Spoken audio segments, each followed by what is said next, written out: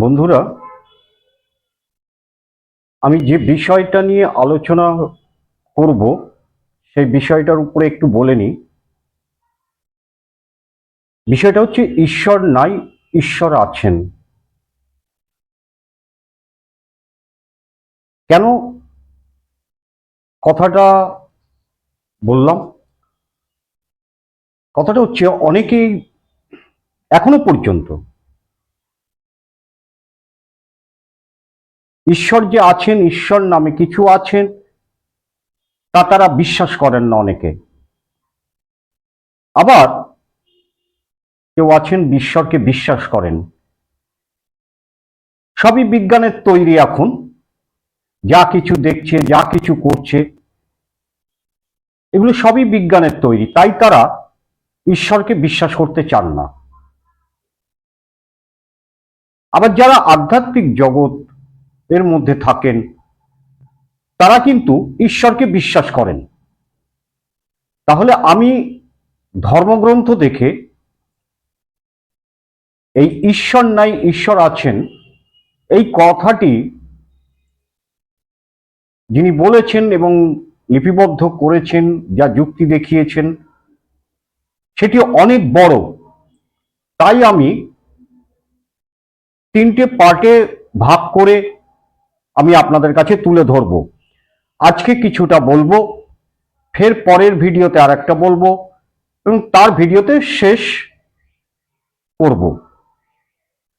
তা এই যে আছে ঈশ্বর নাই, ঈশ্বর আছেন,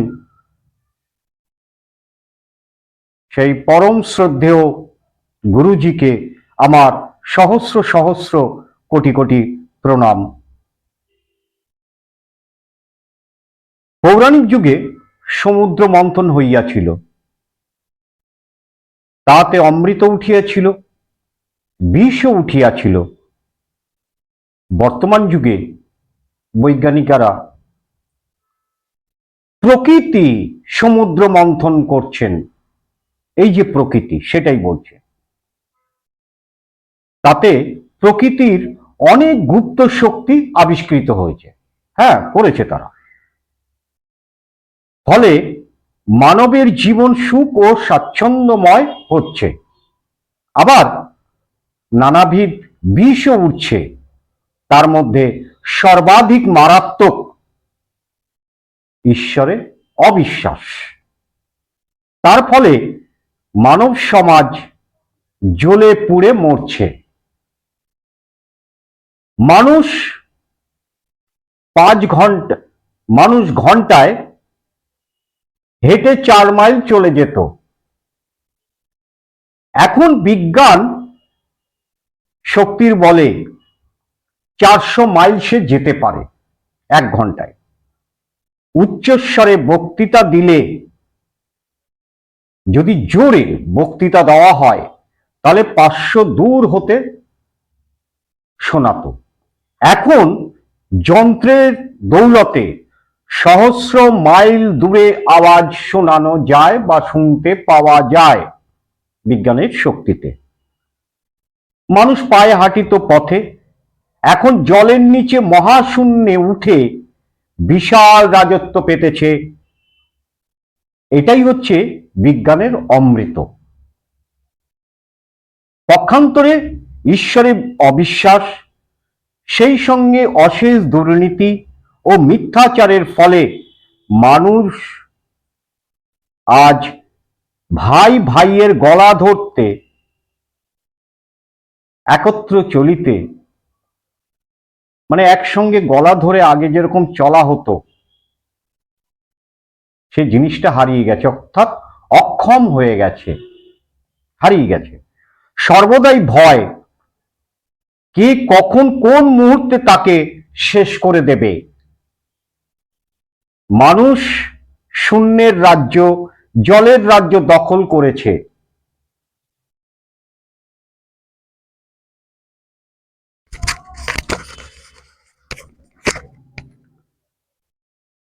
কিন্তু নিজে পৃথিবীর পৃষ্ঠে শান্তিতে বাস করতে শেখেনি। কি পরিতাপের বিষয়! মানুষ বিষের জ্বালায় ছটপট করছে, মারাত্মক বিষ, ঈশ্বর সত্তায় অবিশ্বাস। যাহারা ঈশ্বর মানেন না তাদের অনেক যুক্তি, সেগুলো শুদ্ধ বৈজ্ঞানিক যুক্তি, সেগুলোর উল্লেখ করে খণ্ডন করতে সবসময় প্রচেষ্টা চলে। ঈশ্বরের সর্বশ্রেষ্ঠ পরিচয়, তিনি সৃষ্টির কর্তা। এই পরিচয় নিয়েই বেদ দর্শনের সূচনা। যা হতে সৃষ্টি স্থিতি লয় হয় তিনি ঈশ্বর। যারা অবিশ্বাসী তারা বলেন মানুষ যখন অল্পজ্ঞ বা অবৈজ্ঞানিক ছিল তখনই ওইসব কথা চলতো। এখন বিজ্ঞানের যুগে তা আর চলে না, কারণ বিজ্ঞানের প্রসাদে আমরা অভিব্যক্তিবাদের কথা জানি। সৃষ্টির মূলে ঈশ্বর নামক কেউ ছিল না। ক্রমাভিব্যক্তির ফলে জড় হতে উদ্ভিদ, উদ্ভিদ হতে ইতর প্রাণী, ক্রমে শ্রেষ্ঠ প্রাণী এবং সর্বশেষে মানুষ এসেছে। সুতরাং সৃষ্টিকার্যে ঈশ্বরের কল্পনার আর কোনো প্রয়োজনীয়তা নেই, তার কোনো প্রয়োজনীয়তা নেই। তারা এই কথা বলেন কারা না, যারা ঈশ্বরকে বিশ্বাস করেন না। প্রকৃতির গতিবিধি সর্বদাই নিয়ন্ত্রিত, অঙ্কশাস্ত্র দ্বারা নিয়ন্ত্রিত। প্রকৃতির মধ্যে একটি সামঞ্জস্য ধারা সর্বদা বিদ্যমান। কোথাও কেহ কোনো কার্যের পরিবর্তন করতে পারে না। যা অঙ্ক দ্বারা সুনিয়ন্ত্রিত তা কখনো অন্য প্রকার হতে পারে না। ঈশ্বরকে মানুষ জানে কৃপাময়। তিনি কৃপা করিলে আমাদের জীবনের মধ্যে পরিবর্তন আনিতে পারে। কিন্তু গণিত দ্বারা নিয়ন্ত্রিত সুনিয়ন্ত্রিত জগতের রাজনীতির মধ্যে কারোর হস্তক্ষেপ করবার সুযোগ নেই। যেদিন সূর্য 6টায় উঠবে সেই দিন ঈশ্বর তাকে 5টায় ওঠাতে পারেন না। এইরূপ শক্তিহীন ঈশ্বর থাকলেও তার দ্বারা আমাদের কি কার্য সাধিত হতে পারে? অর্থাৎ ঈশ্বর থাকলেও তিনি প্রকৃতির অধীন। অতি প্রাকৃত বা অপ্রাকৃত বলে কিচ্ছু নেই, থাকা সম্ভব নয়।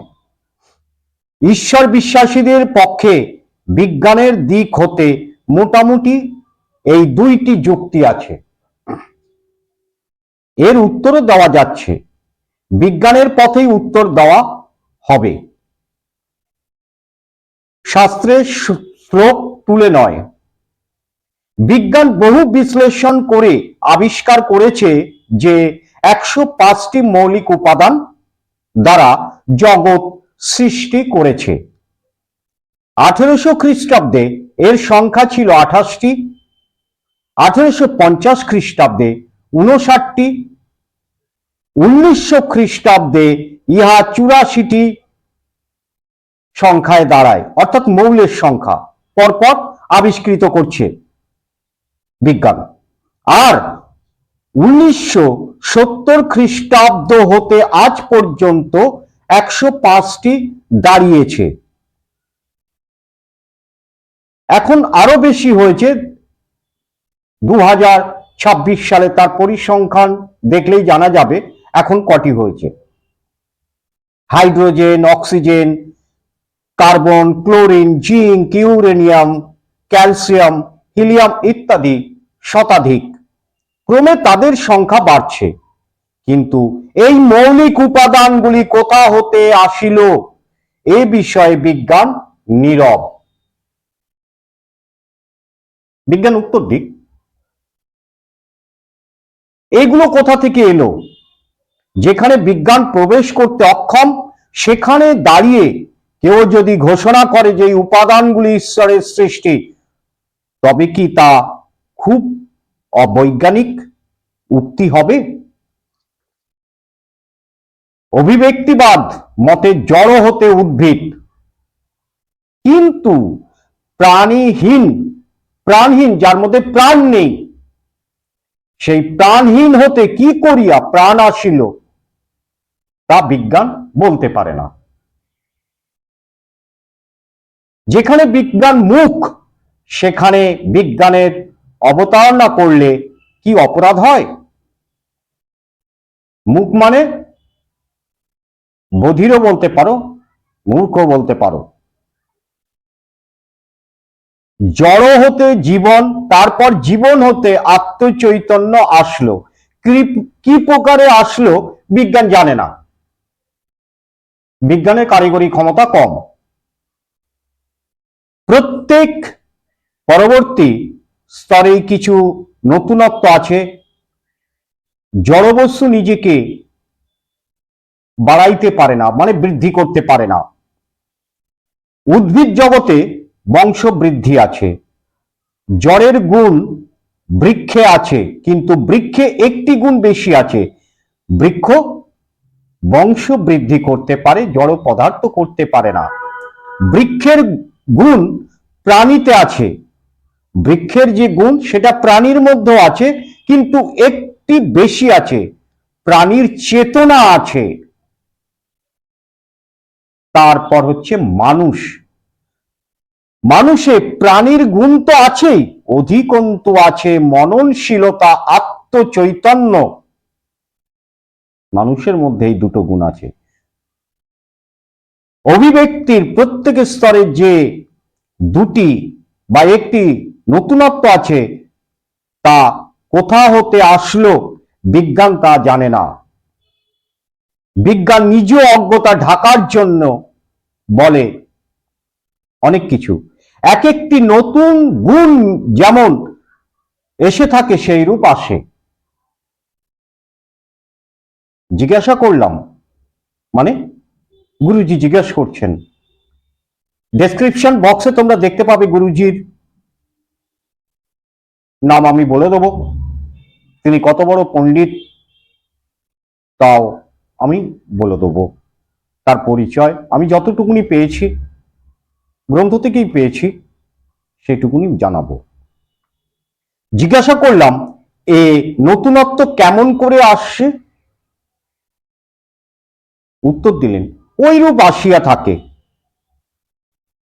ইহা কোনো প্রকারের উত্তর হলো? উনি জিজ্ঞেস করছেন আমাদেরকে, নাকি একটি শব্দের আড়ালে, ওইটুকুনি শব্দের আড়ালে বিজ্ঞান তার অক্ষমতাটুকু ঢেকে দিল।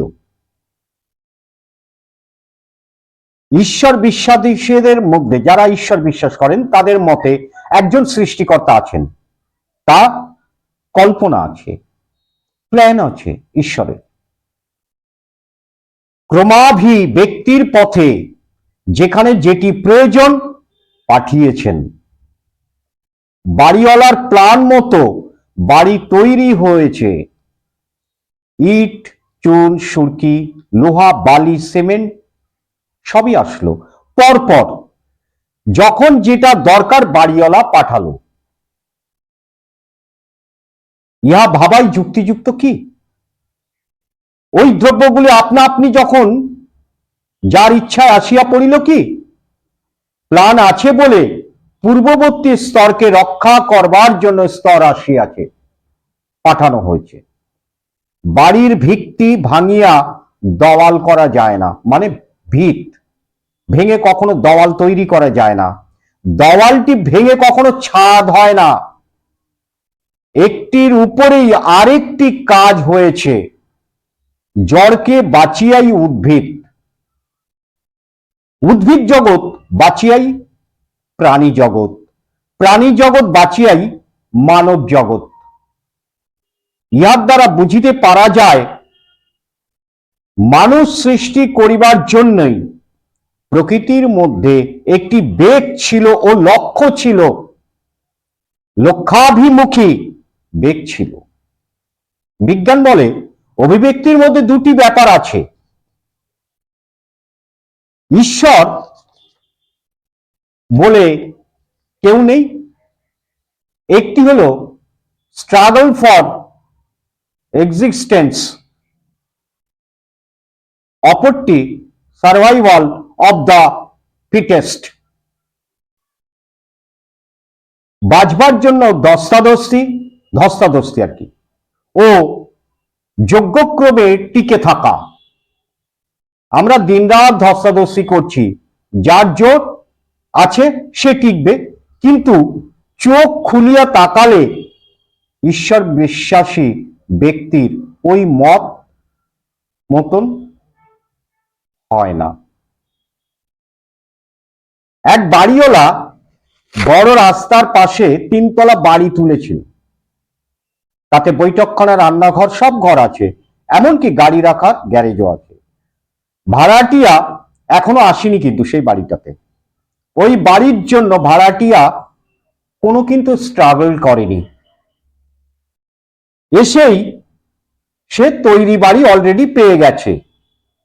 বাড়িওয়ালা জানে ওখানে একজন বিশিষ্ট ভদ্র পরিবার আসবে, সেই রকম তদনুসারে বাড়িটিকে উপযুক্তভাবে তৈরি করে রাখাই প্রয়োজন, এবং তৈরি করে রেখেছেন।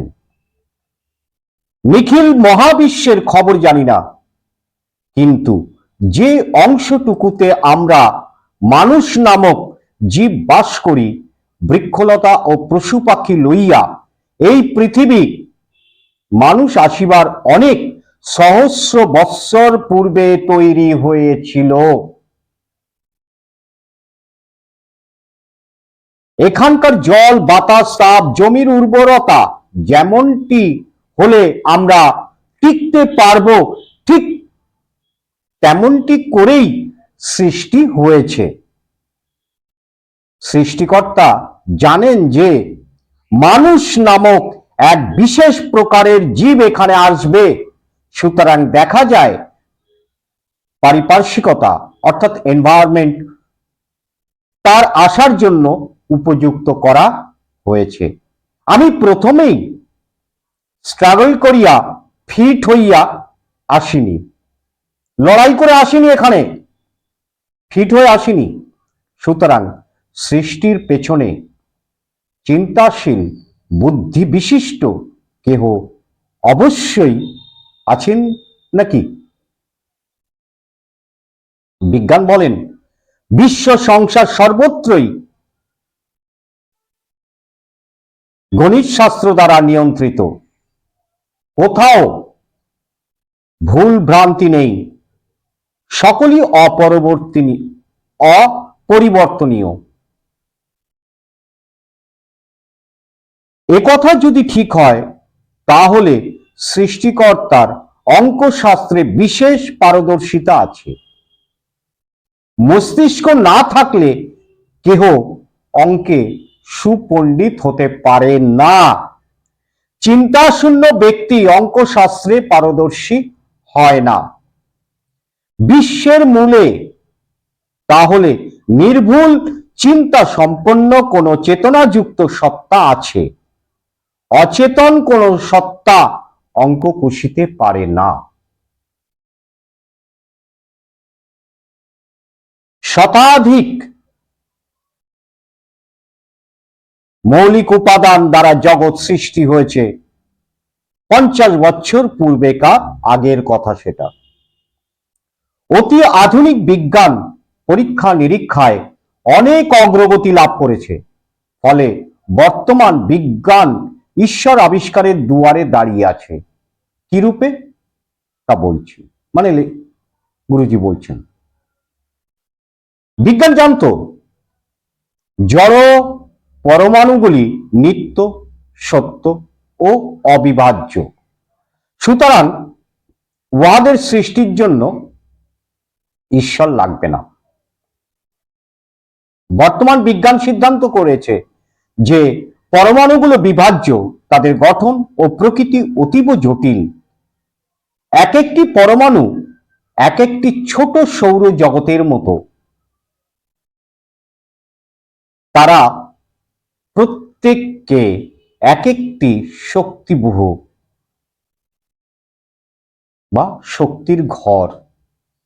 এই সমাবেশ ভেঙে বিচ্ছিন্ন করার সামর্থ্য মানুষ আজ আয়ত্ত করেছে। ওই শক্তিটাকে ভাঙারও আয়ত্ত করে ফেলেছে মানুষ। পরমাণু শক্তি বিচ্ছিন্ন করে যে কত মারাত্মক বিস্ফোরণ সৃষ্টি করতে পারে তাও মানুষ আজ প্রত্যক্ষ করেছে। দেখতে দেখতে উল্টে গিয়েছে বিজ্ঞানীদের জড় সম্বন্ধে ধারণা ভাবনা। দেখা গেল জড় বলিয়া কিছুই নেই, আর সবই শক্তি। আগে জড় বলতো, এখন আর জড় বলছে না, কি বলছে? সবই শক্তি।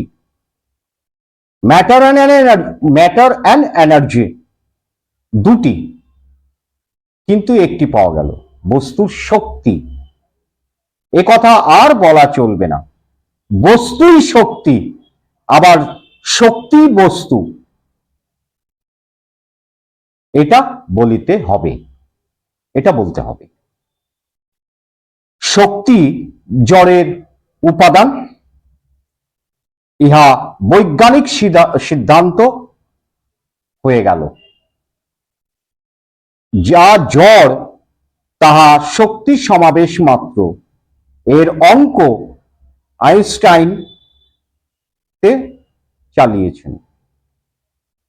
বিশ্বময় শক্তিরই খেলা। প্রত্যেকটি বস্তু এক একটি শক্তি কেন্দ্র। পুরাতন বিজ্ঞান সর্বতোভাবে বিশ্বাস করত যে বিদ্যুৎ শক্তি, আলোক শক্তি, তাপ শক্তি, চৌম্বক শক্তি এক একটি আলাদা শক্তি। আধুনিক বিজ্ঞান আবিষ্কার করল সকলেই এক শক্তির গোত্রীভূত। শক্তি অন্য শক্তিতে রূপান্তরিত হতে পারে, পরিণত হতে পারে। শক্তিসমূহ মূলত একই, এটা আধুনিক বিজ্ঞান কর্তৃক দ্বারা প্রমাণিত এবং সিদ্ধান্ত। এই শক্তি যে একটি বহু নয় তাও বলেছেন।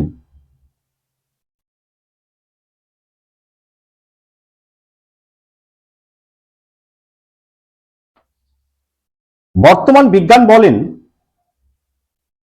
মূলত একটি শক্তি বিভিন্নভাবে আত্মপ্রকাশ করে।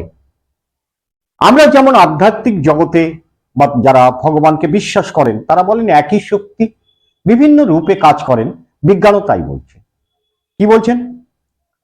মূলত একটি শক্তি বিভিন্নভাবে আত্মপ্রকাশ করে। শক্তির সকল কাজের মধ্যে একটি সুনির্দিষ্ট কর্মপদ্ধতি আছে বা প্রাকৃতিক নিয়ম আছে। আবার বিজ্ঞান এখন একথাও বলে যে প্রকৃতি সকল সময় নিজ নিয়ম মাফিক চলে না। শক্তির স্বতন্ত্রতা আছে, সর্বতোভাবে নিয়ন্ত্রিত। শক্তির একটি নিজস্ব ফ্রিডম অফ উইল যেন আছে, ফ্রিডম অফ উইল। কিন্তু চৈতন্য ছাড়া আর কিছুতে থাকে না। উইল বা ইচ্ছা শক্তি চৈতন্যেরই একটি ধর্ম। উহা অচেতন বস্তুতে থাকে না। সুতরাং বিশ্বের মধ্যে যে একটি মাত্র মহাশক্তি তাহা চৈতন্যময়, এই সিদ্ধান্ত অপরিহার্য হয়। স্বাধীনতা যার আছে সে কাহারও অধীন নয়। সুতরাং চৈতন্যময় শক্তি প্রকৃতির অধীন নয়। প্রকৃতির অধীন নয়, তাহা অতিপ্রাকৃত বা অপ্রাকৃত। প্রাকৃত বিজ্ঞান গর্ব ভরে ছুটতে ছুটতে আজ অপ্রাকৃতির দুয়ারে এসে থ হয়ে দাঁড়িয়ে গেছে। এই চেতনা বিশিষ্ট শক্তিতে যদি কৃপা থাকে, তাহলে তা সর্বতোভাবে ঈশ্বর পদবাচ্য হতে পারে। বিজ্ঞান বলেন এই শক্তির কৃপা আছে এমন কোন লক্ষণ আজও আমরা পাইনি। চণ্ডী বলেন, মা চণ্ডী, বাইরের যুদ্ধে তার নিষ্ঠুরতা প্রচুর থাকলেও তার চিত্তে কৃপা আছেন, জগজ্জননী কথাটি বলছেন। বিজ্ঞানের এই কথা বলবার উপায় নেই। বিজ্ঞান কিন্তু এই কথা বলতে পারবে না। মাতৃস্তনে দুগ্ধ আছে কিনা ইহা ঠিক মতো জানবার জন্য যদি শতাধিক ডাক্তার নিযুক্ত করেন, তারা প্রত্যেকে স্তনে সিরিঞ্জ প্রবেশ করিয়ে বলিবেন, ওই বক্ষ দুগ্ধ বলিয়া কোনো বস্তু নেই, থাকলে আমাদের পরীক্ষায় ধরা পড়ত। শিশু মাতৃস্তনে মুখার্পণ করিয়াই বলে, এই যে দুগ্ধ অপর্যাপ্ত, যত চাই পাই। শিশু মায়ের স্তনে মুখ দেওয়া মাত্রই দুগ্ধ চলে আসে, অপর্যাপ্ত, যত সীমিত। ডাক্তারদের শক্তি বেশি, বুদ্ধি বেশি, দলে ভারী, সিরিঞ্জ নামক যন্ত্রধারী শিশু শিশুই। সে একা অসহায়, সে বলবে মাতৃদুগ্ধ খেয়েছি, উদর ভরে গেছে, পেট ভরে গেছে। শিশুর মতোই বৈদিক ঋষিরা বলছেন, বেদাহ মেতং পুরুষং মহান্তম, আমরা তাকে দেখেছি, পেয়েছি এবং আস্বাদন করেছি। বিচার বুদ্ধি দ্বারা নয়, জ্ঞান বিজ্ঞান দ্বারা নয়, শাস্ত্রের শ্লোক দ্বারাও নয়। তাকে পেয়েছি আমরা আমাদের সমগ্র সত্তা দ্বারা, আত্মসত্তাকে উজাড় করিয়ে দিয়ে শিশুর মতো মাতৃ অঙ্কে আহরণ করে। শিশুর সারল্যে মাতৃস্তন্য হতে দুগ্ধ পাওয়া যায়, ডাক্তারের সিরিঞ্জের প্রয়োজন হয় না, এই কথা বলিয়েছি। কথাটির তাৎপর্য এই যে ঈশ্বর তত্ত্ব তর্ক বিচার বা যুক্তি দ্বারা জানা যায় না, তর্ক করে ঈশ্বরকে জানা যায় না, যুক্তির দ্বারা ঈশ্বরকে জানা যায় না। তাই গুরুজি এই কথা বলছেন, সারল্যে জানা যায়, সরলতায়, অনুরাগে জানা যায়, ঈশ্বরের অনুকম্পায় জানা যায় ঈশ্বরকে। ওইরূপ অনুরাগী বা অনুকম্পায় পাত্র যাহারা নয়, তারা জানিবে কি রূপে? তারা জানবে যারা জানিয়াছেন তাদের নিকট হতে। নিজস্ব কিছু জানতে পারেননি, যারা জেনেছেন তাদের কাছ থেকে অন্যেরা জানবে। যারা জেনেছেন তারা ঋষি, মহাপুরুষ, প্রেরিত পুরুষ, অবতার পুরুষ, তারা এই আখ্যায় ভূষিত। যারা ঈশ্বর তত্ত্ব জেনেছেন তারা গুরু। পৃথিবীতে যতগুলি ধর্মমত বিদ্যমান আছে, সবগুলি গুরু শিষ্যের ভিত্তিতে স্থির করা আছে। খ্রিস্টান ধর্মের গুরু যীশু খ্রিস্ট, ইসলাম ধর্মের গুরু হযরত মুহাম্মদ, ইহুদি ধর্মের গুরু মুসা, পার্সি ধর্মের গুরু জোরাস্টার, শিখ ধর্মের গুরু নানক, হিন্দু ধর্মের গুরু বৈদিক ঋষিগণ ও শ্রীকৃষ্ণ প্রমুখ অবতার। সকল ধর্মই গুরুবাদে প্রতিষ্ঠিত। আচার্যগণ ঈশ্বর দ্রষ্টা বা ঈশ্বরের নিকট হতে বাণী প্রাপ্ত। তাদের উপলব্ধি সত্য বাণী রূপে প্রকাশিত শাস্ত্র গ্রন্থে। ধর্মানুরাগী ব্যক্তিগণ গুরুর বাণীতে অর্থাৎ শাস্ত্র গ্রন্থে শ্রদ্ধাবান ও পরম বিশ্বাসী। একই ঈশ্বর যেমন বৈচিত্র্যময় জগৎ সংসার সৃষ্টি করেছেন, সেইরূপ একই ধর্মতত্ত্ব দেশ কাল পাত্রভেদে অশেষ বৈচিত্র্যের মধ্যে দিয়ে নানা ধর্ম মত রূপে প্রতিভাত হইয়াছেন। সকল ধর্মেরই মূল কথা একই, মানুষ গুরু বাক্য নিষ্ঠার সহিত পালন করিয়া আগে মনুষ্যত্ব লাভ করিতে হবে, তারপর দিব্য জীবন ঈশ্বর তুল্যতা প্রাপ্ত হবে। সুতরাং ধর্ম মাত্রই শিষ্য ধর্ম। ইহার ভিত্তি শ্রদ্ধা, ভক্তি ও আনুগত্য। এখানে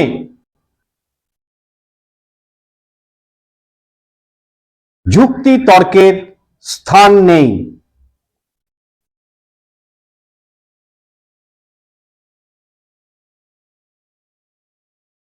স্থান যে একেবারেই নেই তা নয়।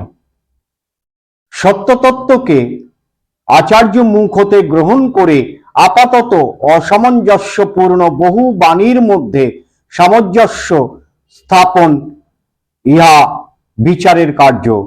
বাইবেল ও গীতার বাক্যে অমিল দেখলে সেখানে সমন্বয় স্থাপন, এই সব বিচারের কার্য। আগে শ্রবণ, পরে মনন। মনন অর্থ শাস্ত্র বাক্যানুকূলে বিচার। বন্ধুরা, আজকে এই পর্যন্ত। বাকি আবার পরের ভিডিওতে আমরা আলোচনা করব। জয় জগৎ বন্ধু সুন্দর।